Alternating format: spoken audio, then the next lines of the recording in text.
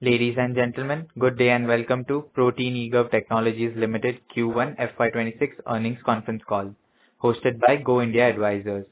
As a reminder, all participant lines will be in the listen-only mode, and there will be an opportunity for you to ask questions after the presentation concludes. Should you need assistance during this conference call, please signal an operator by pressing star then zero on your touchtone phone. Please note that this conference is being recorded.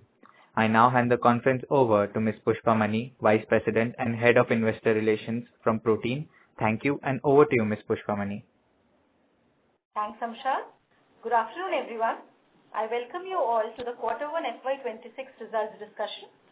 You must have received the results and the investor presentation of our company, which is available on BSE and NSE as well as on the company's website. As usual, we will start the forum with the opening remarks by our Managing Director, followed by CFO, and then we will open the floor for the question and answer session. If any of your questions remain unanswered, you may reach out to us afterwards. The management on today's call would be represented by Mr. Suresh Sethi, Managing Director, Mr. Sandeep Mantri, CFO, and myself, Ms. Pushpa Mani, Head IR. Before we begin, I would like to mention that some of the statements in today's discussion may be forward-looking in nature, and we believe that the expectations contained in these statements are reasonable.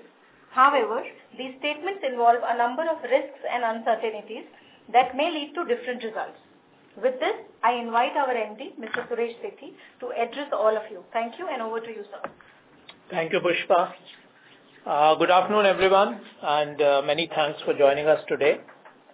I am pleased to share that Protean eGov Technologies Ltd has started FY26 on a strong note. We have delivered resilient financial and operational performance in the first quarter. We continue to work closely with the government and the society in building inclusive, mission-critical, and citizen-scale digital public infrastructure for the welfare of the citizens. Let me start with the overall financial overview for the quarter. I am pleased to report that our revenue from operations grew by 7% year-on-year to 211 crores, driven primarily by the strong performance of our central record-keeping services business for NPS, APY, and UPS. We had continued gains in market share in our tax services business, and there were strategic mandates that we received during this quarter. Our EBITDA grew by 31% year-on-year to 45 crores, translating into EBITDA margin expansion by 84 basis points to 18.8%. Profit after tax also demonstrated healthy growth of 13% year-on-year to 24 crores, resulting in a PAT margin of 10% in Q1 FY26. Our financial position remains robust, with a strong balance sheet that provides us with significant flexibility to drive future growth. As on 30th June 2025, we have over 800 crores in cash and cash equivalents and a net debt-free status. This gives us agility to invest strategically in opportunities that align with our growth objectives while maintaining a prudent approach to capital management. Coming to key business highlights, I am delighted to share that Protean continues to strengthen its position as a trusted DPI builder for the nation. We are pleased to share that a significant achievement for the quarter for us was an initiative by IRDA to create a unified digital marketplace for insurance in India. We secured a 100 crore mandate from Bima Sugam India Federation. This initiative will pave the foundation for a first of its kind insurance digital public infrastructure for the country. We have received the mandate to develop, integrate, and maintain the Bima Sugam platform. This win again builds on our legacy of delivering mission-critical national platforms and significantly expands our footprint into the insurance domain. Protean issued a statement of intent with Niti Aayog on 15th July 2025 to strengthen financial inclusion by promoting literacy and APY adoption. This again marks the beginning of a key strategic alignment to further strengthen pension penetration, specifically among the marginalized sections of the society. We'll spearhead initiatives to educate shareholders, stakeholders, and conduct targeted outreach programs in 64 aspirational districts. Tax services continued to perform well with a 2% year-on-year revenue growth. We gained approximately 80 basis points in market share, increasing from 58.2% in quarter 4 FY25 to 59% in quarter 1 FY26. During the quarter, we issued 1 crore PAN cards, with 54% issuances being paperless. We continue to build our leadership in the CRA business with a 16% year-on-year revenue growth in quarter 1. Importantly, we added 32.4 lakh new subscribers, capturing 98% share in new additions, and also onboarded 753 corporates, further expanding our reach. Our leadership position remains robust with a dominant 97% market share across NPS and APY, reinforcing our position as a trusted CRA partner. In line with our proven ability to deliver at scale, we successfully developed and deployed the Unified Pension Scheme platform for the central government in record time. Launched on April 1st, 2025, UPS offers an assured pension option under NPS, and as the primary CRA, we've been managing its end-to-end implementation. As of June 30th, we've onboarded 19,000 accounts, demonstrating our ability to deliver large-scale projects efficiently and effectively. Our identity services segment saw robust volume growth across most products, driven by increasing demand for digital identity solutions. However, revenue was impacted by slab-based pricing and competitive pricing pressures at the foundational level. Despite this, we are encouraged by the growing traction of our value-added offerings, such as eSign Pro and Rise with Protean, which are well positioned to benefit from the next phase of Digital India. These innovative solutions are designed to meet the evolving needs of our customers. We are also pleased to report that our RFP-led business pipeline is gaining significant traction, with our current order book exceeding 300 crores. This order book constitutes of CERSAI, CYC, CRR 2.0, Bima Sugam, and other mandates in ID services and other businesses. We are also thrilled to have received industry recognition for our branding and communication initiatives, winning 2 awards at the ET Brand Disruption Awards 2025. These accolades position us as a leader in the DPI space, reflecting our commitment to excellence in branding and communication. In conclusion, I'd like to state that Protean has a strong positioning across core citizen services and emerging digital public infrastructure. We continue to contribute strongly at a foundational level, at the identity level, across KYC, and this combined with our robust balance sheet, strong cash position, growing RFP pipeline, and strong execution capabilities position us well to drive future growth and create long-term value for our stakeholders. I'd like to thank our team for their dedication and our investors for their continued support. With this, I would like to hand over to Sandeep Mantri, our CFO, to share the financials with you. Thank you, Suresh, and good evening, everyone. As I begin, I would like to take a moment to highlight the broader trend shaping the digital infrastructure landscape in India. The government continued focus on digitization with Digital India Initiative, Atmanirbhar Bharat, and the rapid adoption of digital public infrastructure, coupled with significant investment in emerging technologies, is driving demand for mission-critical digital services. This macro backdrop presents a favorable environment for companies like Protean, with expertise in delivering population-scale e-governance projects and building digital public infrastructure for India. I am pleased to share that our quarter one performance aligned with this trend, with growth across our key businesses. We have maintained healthy margin and delivered consistent profitability, driven by the sustained growth in our strength in our CRA and tax business and initial contribution from our strategic win in new businesses. Let me now take you through the financial performance for Q1 FY26.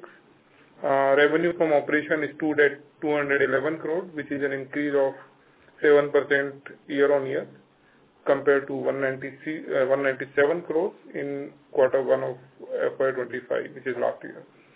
EBITDA for this quarter stood at 45 crore, which is 31% growth on a YOY basis and from 34 crore in quarter one of FY25, and up 30% QOQ from 34 crore in Q4 FY25.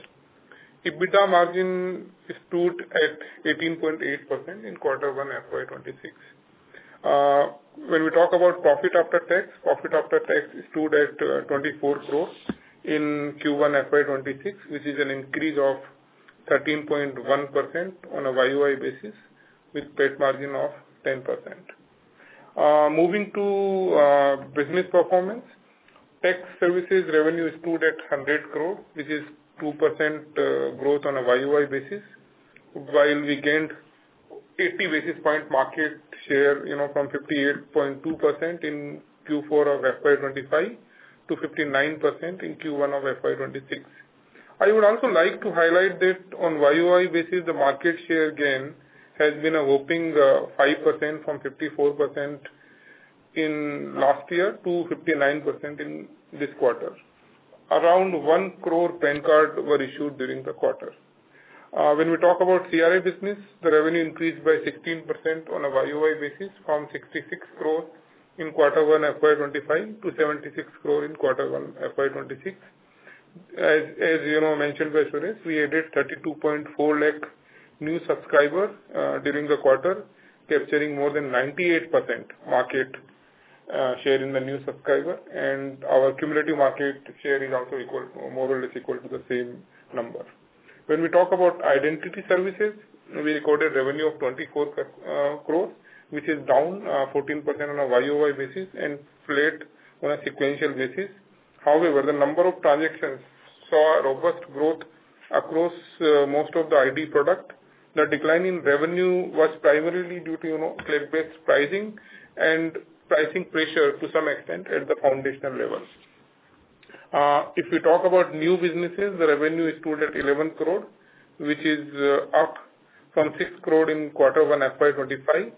We have started booking revenue from some of the key RFP we won in the last year. As mentioned by Suresh, a key development this quarter was our strategic 100 crore RFP mandate from Bima Sugam India Federation to build a first of its kind digital public infrastructure in the insurance sector. These RFP mandates are a significant milestone in our journey, and our order book from such mandate stood at about 300 crores. These RFP gives us healthy forward visibility and will begin contributing meaningfully to revenues in the coming quarter. Additionally, we have a healthy pipeline of the RFPs in the DPI space. From a financial position standpoint, we are extremely strong. We have a asset-light business model with a strong cash flow, and we have cash and cash equivalent of more than 800 crore as on 30th June 2025. We continue to operate with zero debt, no debt on our balance sheet, which gives us the flexibility to invest in emerging opportunities while maintaining the financial stability. With that, I conclude my remark, and we would be happy to take your question. Thank you very much. Over to Thank you very much. We will now begin the question and answer session. Anyone who wishes to ask a question may press star and 1 on their touchtone telephone. If you wish to remove yourself from the question queue, you may press star and 2. Participants are requested to use handsets while asking a question. Ladies and gentlemen, we will wait for a moment while the question queue assembles. The first question is from the line of Prakash Kapadia from Kapadia Financial Services. Please go ahead. Thanks for the opportunity. Couple of questions from my end. If I were to look at revenues, they are up 7%. This, Suresh, is despite the low base of last year. And if I were to look at, the last year base, the rest of the year also had, very muted revenue growth. So for, FY26, can we expect this revenue momentum to, continue and, revenue growth, some color if you could give, it should be high double digit, it could be very high double digit. What kind of a revenue growth looks possible for this year? And secondly, employee expenses are up, 40% this quarter. So what is leading to this increase? Is it just the number addition for these employees? Is it annual hikes? If you could give some insight, that would be helpful. Those are my two questions. So, Prakash, thank you for your question. Your first question on revenue, what kind of growth we are looking at for the year, So while we will not give guidance, but we see a healthy, revenue growth in quarters to come, because the reason I'll tell you, because RFP-based revenue, which is the 300 crore, order book which we won this year, is yet to, play in the, revenues. So that will deliver a significant growth to our revenue, revenue book. And another thing is that even in CRA, which is a more annuity-based revenue, the subscriber base, if the subscriber base grows, the revenue, start kicking in, and it is a loyal revenue which will remain, for a foreseeable future. So I think as far as revenue is concerned, we are pretty confident that we will deliver a good growth in this year for sure. And to answer your second question on employees, see, there are 2-3 reasons which is basically resulting in this employee expenses, growth in employee expenses. One is the project-based hiring, which is basically for these RFP-led businesses, which is the revenue for those businesses are yet to kick in, but we have started hiring, to deliver those projects, and therefore there is some increase in revenue to some extent because of that. Second thing is because of increment, which we delivered in this quarter. Therefore, you will see some increase because of increment.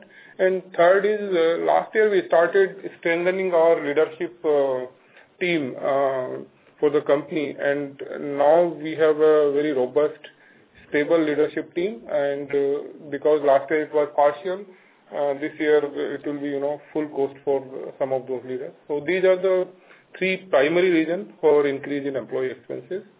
Having said that, I think the level will remain more or less same, except the RFP project-based hiring, which we continue to do so depending on winning various projects, as we are in various stages of discussion for many of the pipelines, as we talked about. I hope this answers both your questions. Sure, Sandeep. Thanks, Sandeep. I'll join back if I have more questions. Thank you. Thank you. Thank you. The next question is from the line of Kamlesh Bagmar from Lotus Asset Managers. Please go ahead. Yeah, thanks for the opportunity. Sir, one question on the part of your reporting. Like if I see last year's your presentation, then you were say the EBITDA numbers were 35 odd crore or 45 odd crore, and this time around it is 35 crore. I know that you have took for that ECL provisioning, but if I adjust for that, then your EBITDA without other income is down 37% year over year, and your margins are 7.8% if I exclude the other income. And on the net cash side, this net cash or like the cash that has been there for the last 3 years. So even 3 years back it was 800 odd crore. So entire of the EBITDA, the reported EBITDA based on your presentation, is driven by the other income.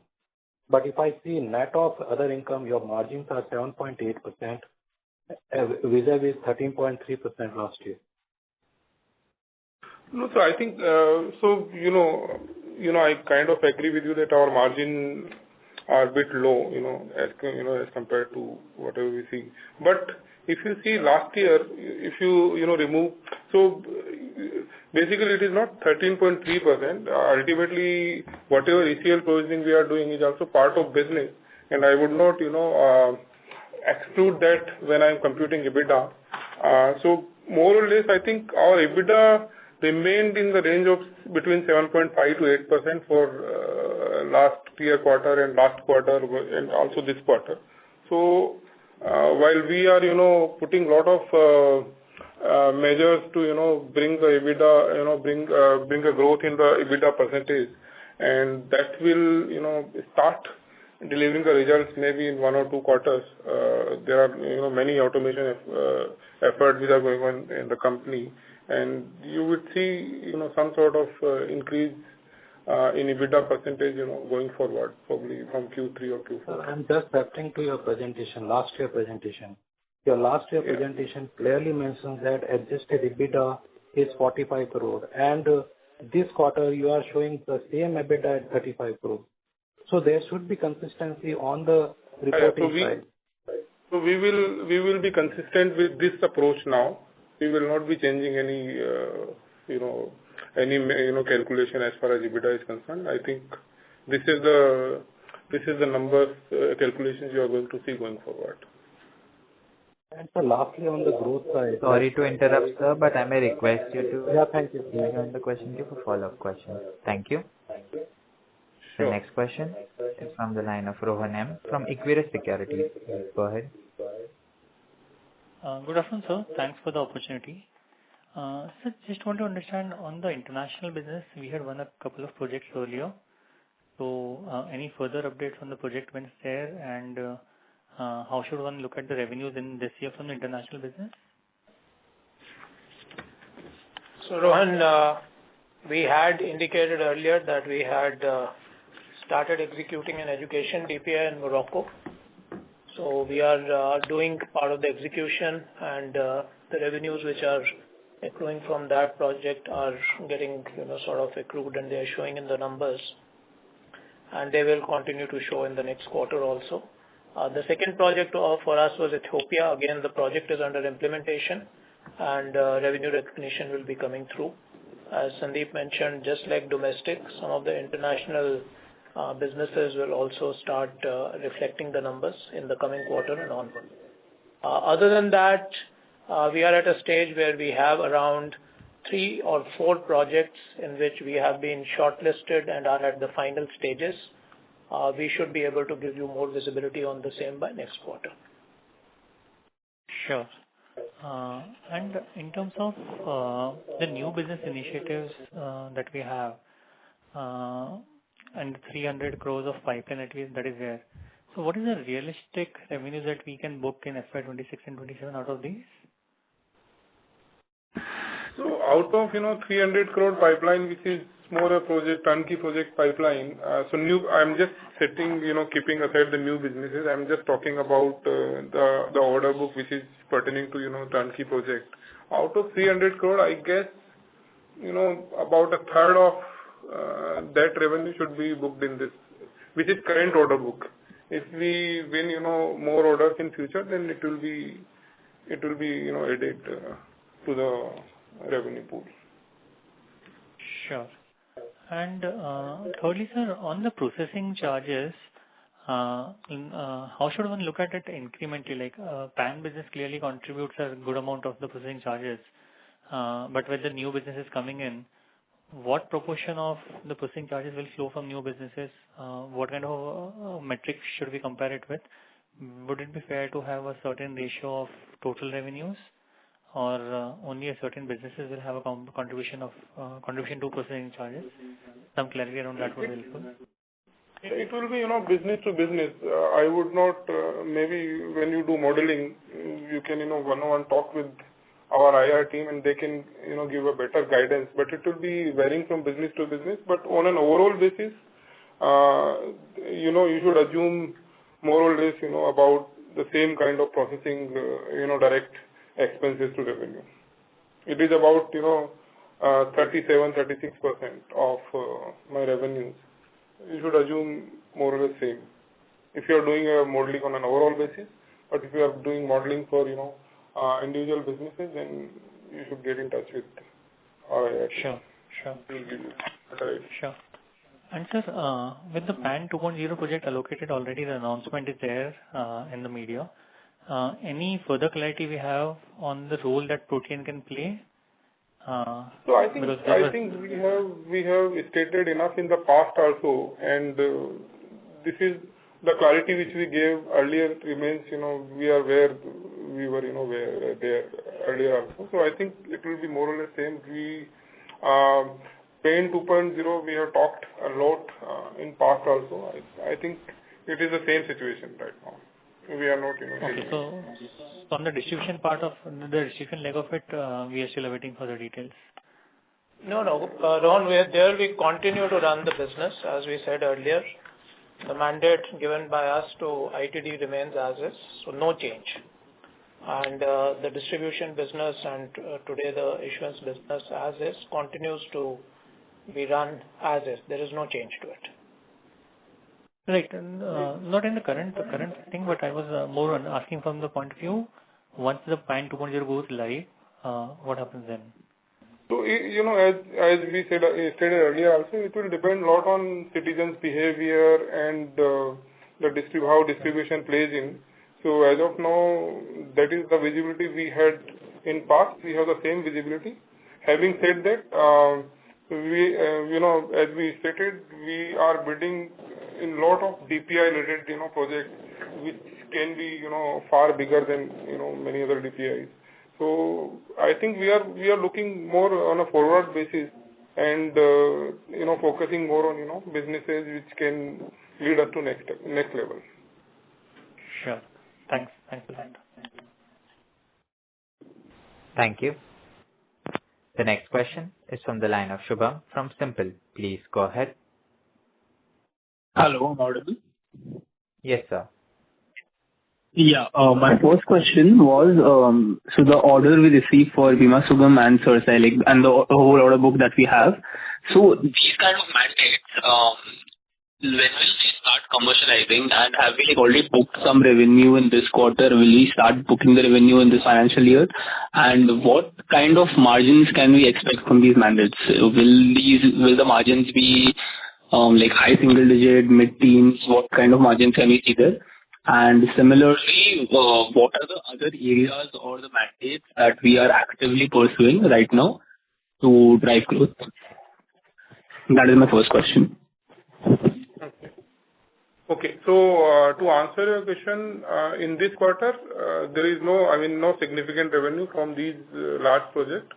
I think from Q2 and fully from Q3 onward, we should start booking revenues in this project, and therefore you will see uptick in revenue on account of that.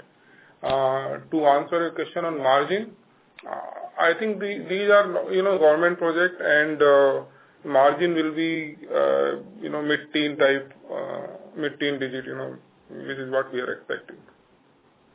And to your last question, Shubham, naturally we continue to look out and participate in large-scale DPI projects, as I mentioned earlier. So core focus naturally has been at the foundational level.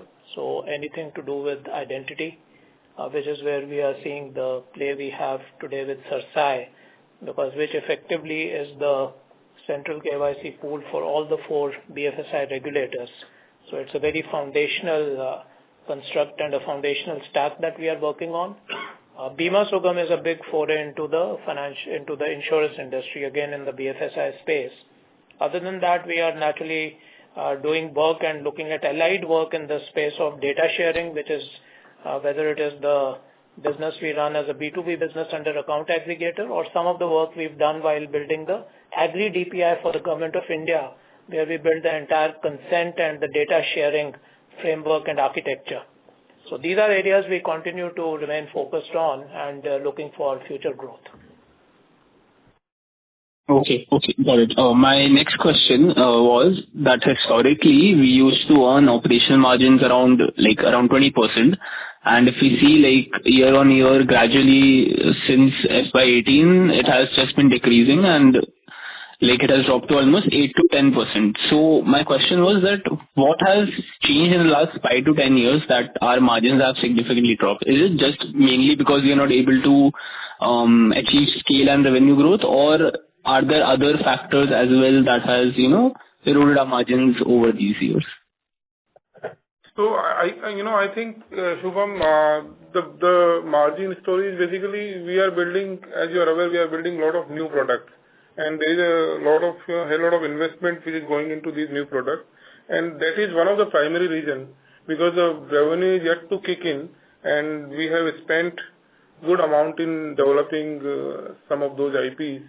Once the revenue start kicking in, then you will see that the margin also start, improving. Okay, but so apart from, let's say, our identity services business where we are, facing pricing pressures, are other businesses also, is it in the last 5-10 years? No, so pricing pressure, we are in a competitive industry, so pricing pressure is going to remain. Having said that maybe one of the reasons. Yeah, that is for identity. I am going to ask for our other businesses also in 5 to 10 years. Is it the price, realizations have gone down, or some pricing pressure has been there? I don't think, the primary reason is because we are putting a lot of these new initiative or new project and new products, and we are putting a lot of technology expenses in those products. So therefore, for some, for a short run, you will see some, contraction in margin, but, on a long-term basis, once the revenues from even, couple of these products start kicking in, you will see, immediate uptick in margins. So I will also I will also further add to it that when you look at the product lines that we've chosen, which are very closely, working on the app layer above the DPIs, so which is basically providing consumer and corporate enterprise solutions for consumption of various governance services. Most of these, including in the ID space, are going to be very SaaS-driven businesses. So they will have an annuity component to it, and they'll be recurring revenues, and they are not like turnkey projects. So if you see, the company is working on two fronts. On one side, we will keep looking for large-scale national projects, which will come under RFPs, where you will have turnkey revenues coming in. And the other side is building the strong muscle of creating product-based solutions, which are equally important because one leads to the other. As you get capability and competence in building the national infrastructure, your ability to then expose APIs and build solutions on top is further strengthened. And that is where we are investing in technology and people. And as Sandeep rightly said, it's more ahead of the curve investment, which will lead to very well-defined SaaS-based revenues for the company going forward. Okay, just a follow-up on this, if I can ask. Yeah. Yeah. So as you mentioned, we have been investing. So we have been also making a lot of investments in the open digital ecosystems that we have been building. So I just wanted to ask, so I think maybe a year or two ago, we were very optimistic about ONDC itself. But then after that, we have, no news when the fees will start on ONDC and we would get additional revenue or let's say recurring revenue from there as well. So how confident you are that, in all of these different open digital ecosystems where we are putting forward investments, maybe in the next 3 years, 5 years, can it become a significant part of our revenue stream? How confident you are of that? And what is our confidence around it? Yeah, I think Rohan, if we put 10 products on the block, not all the products will go on the same path. But we are very confident, and we were saying this again and again, that our new businesses, out of which product, will deliver what will, as of now, it is very premature to say. But we are reiterating that our new businesses will contribute at least 25 to 30% in next 3 years timeline. We are committed to that. Yeah, so I meant to ask about only the digital ecosystems because those have not really been started monetizing. Apart from the fee that we get, the platform fee or the main monetization part has still not started for any system yet. So I was asking, what is that like? What do you think about that? Well, I think if you look at it, we'll have to take both a macro and a micro view over here. Initiatives like ONDC are national initiatives. We've seen the success of UPI as a payments DPI for the country, and it has its own cycle. So I'm not comparing cycles also, but at times you might find that the growth to create a national adoption and consumer behavior change will take some time. But we do still believe that whatever journey India is taking in building strong DPIs across multiple sectors will have significant opportunity of unlocking the digital economy. And today we clearly know that our digital economy is growing at twice the rate of our regular economy. So these are large bets. Wherever we are working on a turnkey basis, yes, we are getting, the turnkey RFP revenues kicking in as we deploy the solutions. But when you look at adoption and actual, use of these digital rails by enterprise and consumers, that is something on which the ecosystem will have to play, and that is a slightly longer term game, whereas you rightly said it will be, a timeline of 2 to 3 years where you see these scaling up. Okay, thanks a lot for the in-depth answer. I wish you the best. Thank you. Thank you. The next question is from the line of Vineet from ShareGiant. Please go ahead. Thank you, sir, for giving me an opportunity to ask the question. First of all, I would like to congratulate the management for delivering a very steady and a strong set of performance in a challenging environment. And in this regards, I would like to ask you a question like, my first question is that you have won some RFPs, like milestone RFPs like CKYC 2.0 and Bima Sugam, which seems to me to be a very path-breaking kind of a step. So if you can elaborate the kind of potential these initiatives can bring to the company, maybe 5-year time, 10 years down the line, because these are new areas of growth, that would be very good for me if you can give some light on this. Sure, Vineet. Vineet, as I earlier said, that these are again very foundational DPIs that have been built for the country. CKYC clearly is a big intervention which was done a few years back by the 4 regulators coming together. And the intent at this stage is to revamp the entire tech stack for creating a much more seamless central KYC database and the best of technology in terms of data matching, data deduplication, face authentication, and other areas is being put in place, which will create a very, very huge economy for the entire economy and efficiency for the entire BFSI sector. So we see this very foundational. It's a turnkey project for us at this stage, where we are revamping, designing, and putting it across the new stack. But it will unlock a lot of value because you will be seeing that the way financial institutions do KYC and onboard customers, this will give it a significant uptake. And that is another area we will see as an allied and related areas in which we can then build enterprise solutions to leverage the central KYC stack. Bima Sugam clearly is, I think, the first large-scale foray into building a digital public infrastructure to support the entire insurance industry, right from insurers, insured, and the entire ecosystem coming together on one strong digital rails. And we know there are multiple, insurance products which are out there.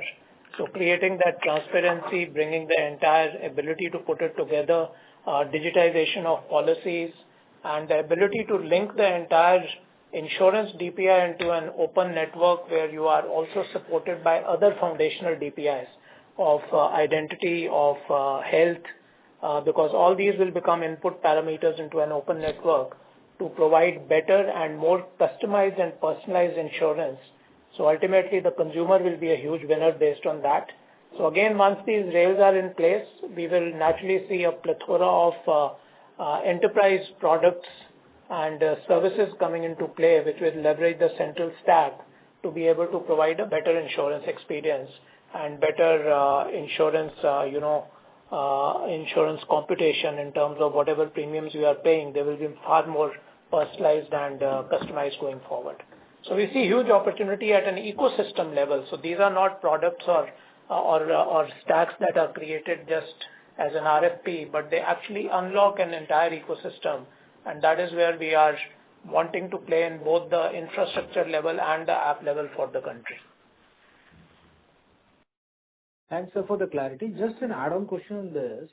So if you can help me also to understand the kind of the pipeline which is there in the RFP stage and how well Protean is placed to capture that set where we are very strongly placed and we are confident, and what stage of those RFP we are at, either bidding stage or we have already won.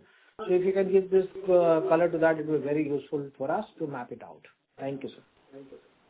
Vineet, if we have an RFP in hand, we would be able to confirm to you, but anything which we are bidding for or in the stage, difficult to, put that information out there. But as we've earlier said, focus for us is always in the space of foundational DPIs. So domestically, when we look at it, we are focused on any identity-related RFPs, anything to do with taxation, social security. These are areas we are going after. Today, a lot of work which is happening in the digital space, whether it is in terms of eKYC, eSign, which is primarily the stack which gets built on the foundational identity stack and enables payments and transfers. So there are multiple state level RFPs which come into it. So we are actively participating in all of these, and that is where we are talking about the fact that overall we have almost a 300 crore order book, as Sandeep earlier mentioned, and that is really where we are seeing the trajectory. Globally, as you see, we have been very consistent in maintaining that our focus from a geographic perspective today is in Africa, Southeast Asia, and Middle East. These are countries which are looking at identity, social security, and taxation related, infrastructure getting created over there, and that is what we are bidding for. So that in a construct is the RFP scenario for us. And we are actively participating in multiple RFPs as we speak. Okay. Thank you, sir. That's all from my side. Thank you. Thank you. Ladies and gentlemen, in order to ensure that the management is able to address questions from all participants in this conference, please limit your questions to 2 per participant. The next question is from the line of Siddhartha Prakash from Avendus Spark. Please go ahead. Hello. So thanks for the chance. I just want to ask one question. With the PAN 2.0 project consolidating all PAN and PAN services into a single unified platform managed by LTIMindtree, what is the anticipated impact on Protean's existing revenue streams and long-term role as an intermediary? So as I've earlier mentioned, this new project is primarily looking at the tech stack, which is currently run by the IT department for issuance of the PAN number after they do the deduplication of data within the database. And therefore, this is different from the mandate we currently run, which is for largely collating the citizen information, doing the KYC and securely sharing the data with IT, and subsequently once the PAN number is issued, then we go ahead and do the issuance of the card and delivering it to the citizens. While we see our, the process flow, us providing the capabilities of collation of data, processing and issuance, the tech stack is where today IT works, and that is what has been mandated out under this PAN 2.0 RFP. As far as impact is concerned, we don't see any immediate impact because this RFP clearly talks about 2 years plus of deployment timeline. The other question which clearly comes is that what mode or mechanism will the citizens be choosing going forward while applying for an identity like PAN? And that is where we see that today 70% of the citizens in the country go through an assisted mode of application. which is where our nationwide network of 400,000 agents comes into play. And clearly, taking a sort of view going forward, the assisted behavior is very, very sort of dominant in our ecosystem. We see it being played out even in the other DPIs we are building, because end of the day, the attempt is that no citizen should be left behind. So while you provide them direct to service portals, you also make sure that the people living in rural India, people who are not that digitally savvy, are equally able to access the digital platforms and the digital rails of the nation. So it's a difficult one to predict that 2 years down the line, how will the citizen be consuming services of identity issuance and application. So that is where we are currently. So no immediate impact to our business. Okay, yeah, thanks for that. Just one more question. What's the plan to offset tax services volatility? Are pension or identity services scalable to become major contributors here?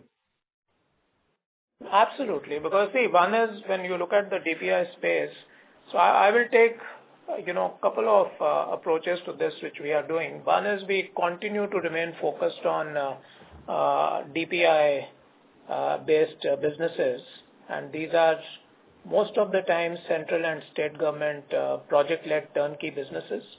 And as you know that we are providing, naturally when I look at the central record keeping agency business we run with a dominant market share of 97%, that is in effect the the social security DPI, and pension penetration being at a mere 6% in the country, there's a significant headroom over there to continue to grow it. The pension regulator is clearly very committed to expanding this penetration. If we look at the weaker section pension product, which is the Atal Pension Yojana, we are talking about in our country around 8 crores plus subscribers, whereas the number of people having Jan Dhan accounts, which are again very relevant for the weaker section of the society, stand at almost 55 crores plus. So we see significant headrooms in the pension space, with the government putting a lot of thrust by launching programs like NPS Vatsalya, which is for minors, pension for minors, which is launching programs like UPS, which is assured pension, sort of product design for the central government employees. So there's a huge upside over there. Other areas like Bima Sugam and all open a completely new sort of part of the economy to us, like the insurance sector. Identity continues to grow very strongly in the country, because as we are saying that all these DPIs and rails coming together are unlocking immense value for people to consume these services digitally.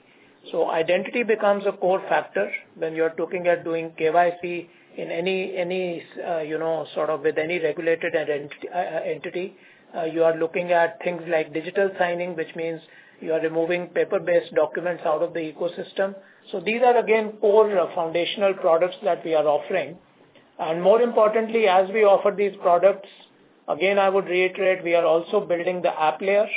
So we are today not just, for example, a certified entity for providing e-sign authentication based on Aadhaar.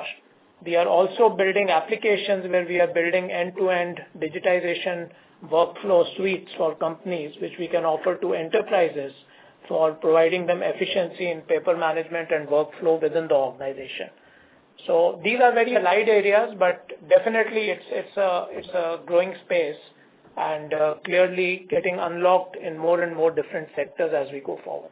And further to add to Suresh, we are expanding all these DPI to international market as well, which will also give some sort of mitigation to the revenue risk which may arise on because of online behavior. Okay, thank you, sir. All the best going forward. Thank you. The next question is from the line of Kunal Bhatia from Dalal and Brocha Stock Broking Limited. Please go ahead. Yes, sir. Thank you for the opportunity. Sir, I just had a question on the PAN services business. So this time around, on a YOY basis, we have gained 500 basis point market share. There is a 2% growth in there. But if you look at in terms of volume, the volume has remained almost the same, which was 1 crore last year. Even this year, we are at the same 1 crore. So, A, what was the reason of this 2% rise? Was it a better realization? And secondly, how do we see this trajectory going forward now that we have a higher market share? So there are two parts to it. One, see, the growth clearly comes because, as I mentioned, distribution plays a very strong role. And secondly, the journeys that you are providing both at the agent level and at the direct level. So, for example, if an agent today is enabling a PAN application journey, we have today also created provisions where the agents can actually enter into a completely paperless journey. So you're able to create an assisted digital journey. So all these investments into technology, into creating a very secure pipe for submission of data to the IT department, and creating a better agent experience, one creates better and sharper distribution out there. And other than that, naturally we look at from a distribution perspective, getting the maximum reach, and therefore working towards increasing our market share in this space. As I earlier mentioned, 70% of applications still are coming in the assisted mode, but still the 30% which get catered to on online channels, again we are taking measures to ensure that our online journeys don't get dropped. We are able to give the right nudges and information to the person looking for a PAN card issuance to be able to complete the journey. So these are some of the investments which go more from a technology and a agent enablement perspective. And that is how we see the growth in market share coming for us. And goes without saying, the trust that the company's name carries as a provider for the last 22 decades plus is itself a strong endorsement for us to be taken as a preferred partner. In terms of the overall numbers, on one front, clearly as we've been saying, and if you look at the Aadhaar PAN linkage data, PAN penetration in the country is still there about 40%, and we do see continued, PAN application and issuance. And as we've been earlier maintaining that PAN clearly is being used for more and more purposes today. The PAN as an identity, whether it is government schemes, some of them have mandated that the person should have a PAN card. Your bank account opening with the PMLA guidelines is now a mandatory requirement to have a PAN card or submit a Form 6061. So PAN usage is increasing. PAN usage at both Tier 1, Tier 2, and then 3, 4, and 5 is increasing because of things like DBT.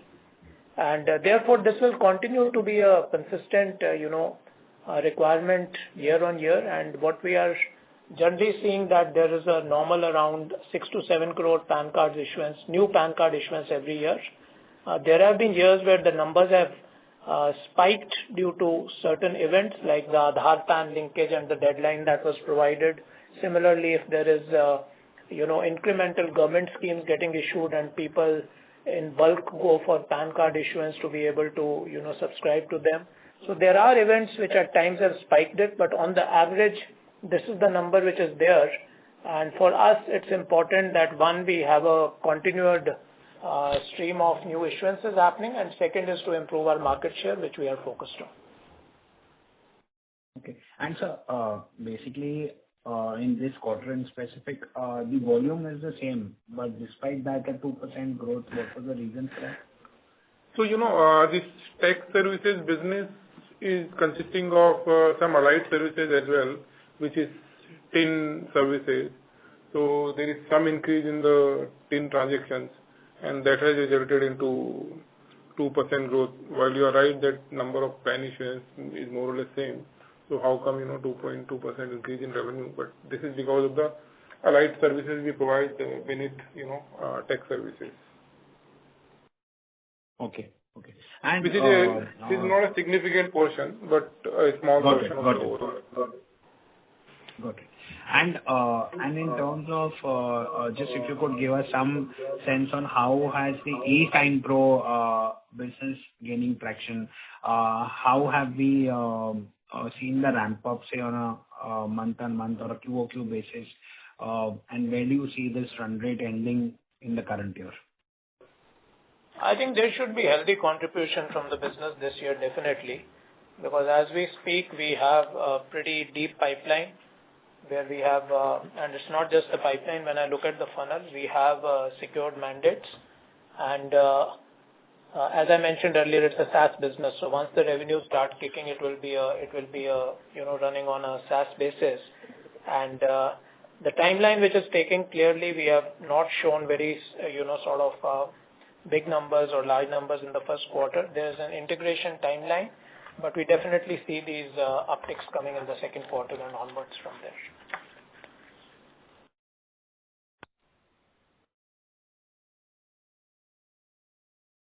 Thank you.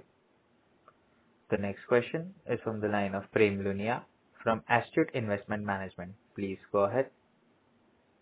Hello. Yes, sir, thank you for taking my call. So, sir, I had a question about the new businesses growth. As we have been talking about few businesses like the ONDC business or the agri-stack business in the past, but seems like they have not turned out as we thought of. I just wanted to understand that this view of having 25 to 30% of the business coming from the new businesses, which would be the major things which you see as of now who can contribute to, let's say, become a 50 crore or 100 crore business, because that is the scale they'll have to reach to contribute around 25-30 crore to the overall top line. And also, sir, this is on the background of that we have grown our employee expense from around 75 crore to now around a run rate of, from this quarter, if we take a run rate of around 200 crore plus. So how is this contributing to the top line is the view to understand. So I think there are two aspects to it. If I look at new business and the diversification that we are seeking. So as I said, one focus has clearly been to continue to strengthen from a digital public infrastructure contribution perspective. And we are clearly keeping our sights on large national projects. And we've seen, that is where we talked about them, and I'll just repeat very quickly, whether it's CKYC or insurance DPI or further strengthening of the pension DPI by schemes like UPS and all. So that one focus remains, and that is for us looking at multiple state and central level DPIs. Some of the turnkey projects which we have also carried out in sectors outside BFSI is projects like the agri-stack. Now these have all been turnkey projects. What we are parallelly building as a business line outside the turnkey projects is adjacencies and the digital unlock which happens, because as you build a digital public infrastructure and you build the ability for information sharing digitally to provide or consume services, you need to build applications, which could be enterprise applications for enabling B2B journeys, or it could be a B2B2C journey where consumers use applications to share data and then receive services, be it a loan, an advisory, health, insurance, so on and so forth. So that is where we are investing on the other side in building our entire data and analytics stack. And along with the products like eSign Pro, API Rise, which we are talking about, an API marketplace, these are areas which we are investing in the app space. So these are for us the two, streams of business. One is clearly project-led RFP business, which is turnkey and definitely requires investment in people for building on these projects. And as Sandeep mentioned, some of the numbers as we see this quarter also is coming from these teams which are getting created to service the large-scale RFPs. The other side is an ongoing, product capability, where we are, again, we extended our technical and product and domain specialist teams to build technology in the spaces that we are choosing, which are aligned with the digital public infrastructure we are building. So that is where the investment is going on the other side. Sure, sir. So just to follow up on the product businesses like Protean Rise and eSign Pro, can you see like in next 1 or 2 years these can contribute around 1,500 crores? Do they have that opportunity, and do you think that adoption will happen on the customer side? So I'll not put a number per se, but the opportunity size is very large. As far as the eSign Pro type of product is concerned, the opportunity size is like running into billions of dollars. I guess we are at a very strong position, and in next 3 years we should see strong revenues coming out of couple of these products. Sure, sir. And will it be margin accretive for us, or will it be largely on the same line? No, of course, yes. These are product or SaaS businesses which will definitely, be margin accretive to the company. Sure, sir. Sure. Thank you. The next question is from the line of Subangal Bugalia from Rare Enterprise. Please go ahead. Hi. Thank you. I have a follow-up on the previous question. How many customers do we have for eSign Pro and Rise with Protean? And if you can share some recent trends on client relations. Thank you. So, number of customers keep growing every now and then. I don't think it will be appropriate for now because the product is still at initial stage. Maybe if you want specific details on number of customers in each segment, we could, get on a one-on-one, and we can provide you some details which we can provide publicly, under SEBI guidelines. Sure. But I can say that the pipeline is growing. We have a healthy pipeline of customers, and the pipeline is growing with each passing day. So, we should see very good revenue or strong revenue coming out of these products in time to come. Thank you. Thank you. Ladies and gentlemen, due to time constraints, this would be our last question for today. I would now like to hand the conference over to the management for closing comments. So thank you very much again for all the support and the questions, which also help us to think through our strategy and become more and more clear about it. We are happy with the stage we are at currently, and we clearly see a good trajectory for the company, both on the project-led businesses and the product-led businesses, and looking forward to keeping engaged with this community. Thank you very much. Thank you. On behalf of Go India Advisors, that concludes this conference. Thank you for joining us, and you may now disconnect your lines. If you found this video helpful, please like, share and subscribe to Concall India for latest upcoming Concall.